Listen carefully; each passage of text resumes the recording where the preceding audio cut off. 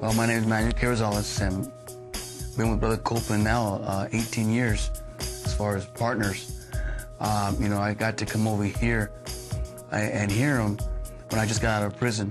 And the first person that spoke at that time was Brother Kenneth. He says that God created us to do great things. And through the whole sermon, which was probably about 2.5 hours, and it was a great service, but that stuck with me.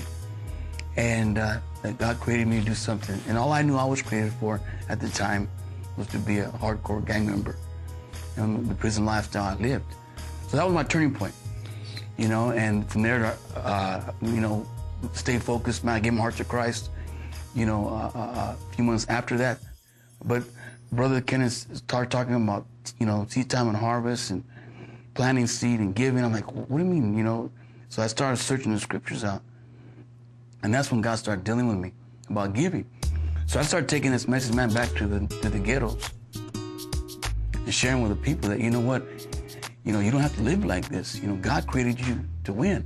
Hearing that message, that's when everything changed in my life. And then from then on, when I graduated from the program, Stay Focused Ministry was birthed. Stay Focused Ministry reaches out to the inner cities all over America through outreach. And, from vacant lots, to football fields, to auditoriums, wherever we can preach the gospel to hurting people, to television, and now nationwide. Working with Franklin Graham, helping him with his crusades, and speaking at his crusades, as well as doing the high schools, from all that stuff, to helping different ministries throughout the country.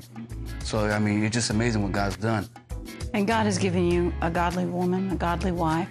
He's given you a ministry. You have a beautiful family. Mm-hmm. Now, tell me about the last few years. Were things difficult for you in the ministry?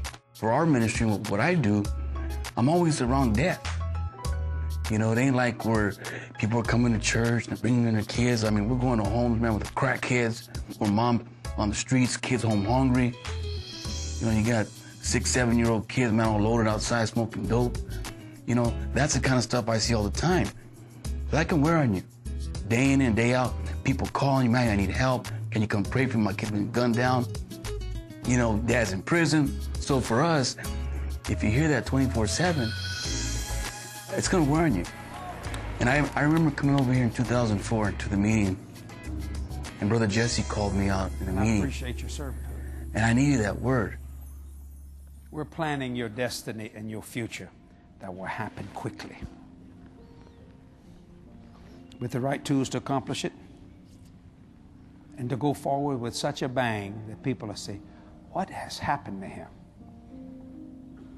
And they'll see my presence on you, saith the Lord. Oh, that's good.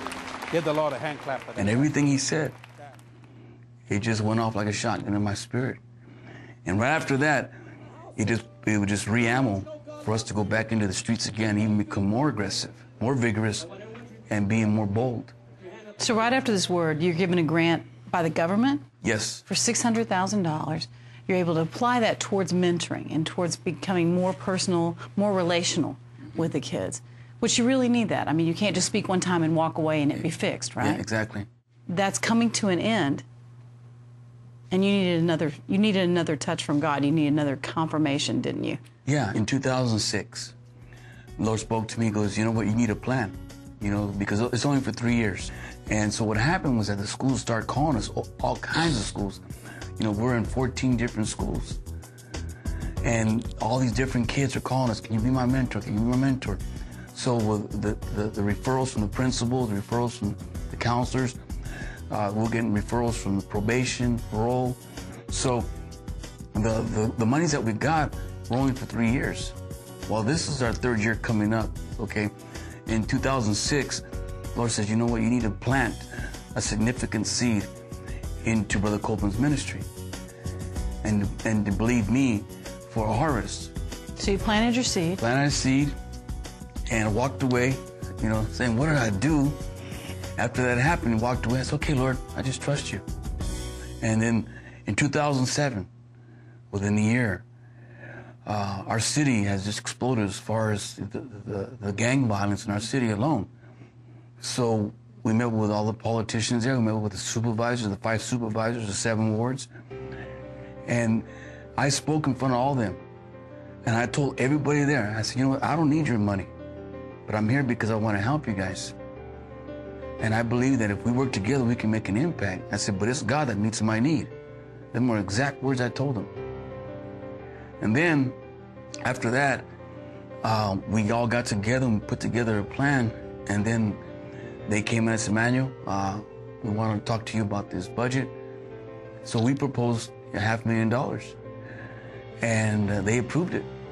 So now what they want to do is, after the first year, they want to see if they want to write us into their annual budget to do mentoring. Because they know the impact that we've been making all the years. And that's one thing I've always learned years ago, that it's not so much what you say, it's what you do. And they know that we care about the kids. And that's been our whole focus, is to bring hope where there's no hope. To share with the kids, number one, they were never made to be gang members. They were never made to be drug addicts. They were never made to be losers, but they were made to win. I know the value of partnership, and I take that very personal.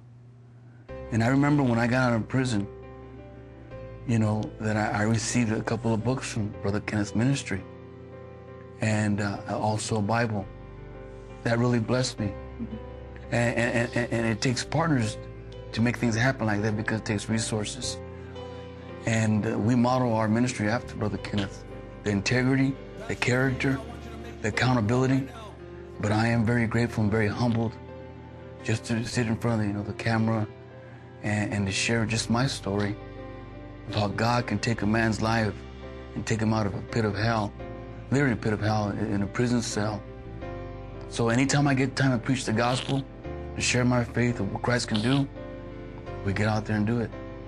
It's to the whosoever, if it's from the White House to the dope house, whoever it may be, derelict to educator to entrepreneur to a businessman, whoever it may be, the gospel to me is still the same. And we don't switch up. We just let them know that Christ loves you, that he came to seek and save that which was lost, and whosoever call upon the name of the Lord shall be saved.